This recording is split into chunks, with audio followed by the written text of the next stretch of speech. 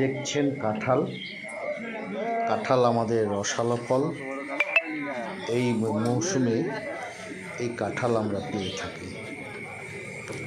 আপনি কি বলতে পারবেন আপনার মহল্লায় কিংবা আপনার ইউনিয়ন কতগুলো কাঁঠালের গাছ রয়েছে?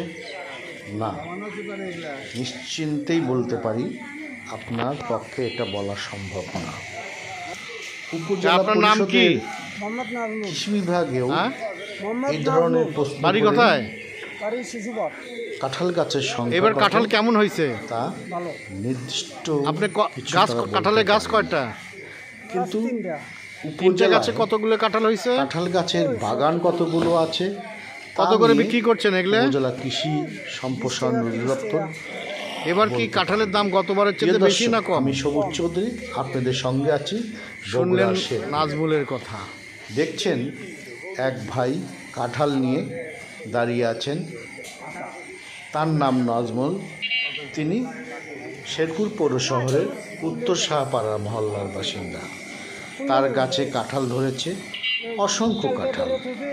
কাঁঠাল খেয়েও তার শেষ করতে পারবেন না, তিনি বিক্রি করতে নেমেছেন।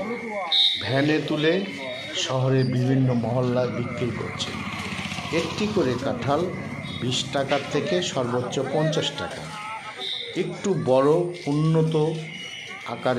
আকারে কাঁঠালের দাম সর্বোচ্চ 100 টাকায় বিক্রি হচ্ছে।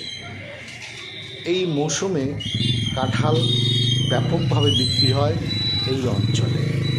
এই অঞ্চলে প্রচুর কাঁঠালের গাছ রয়েছে।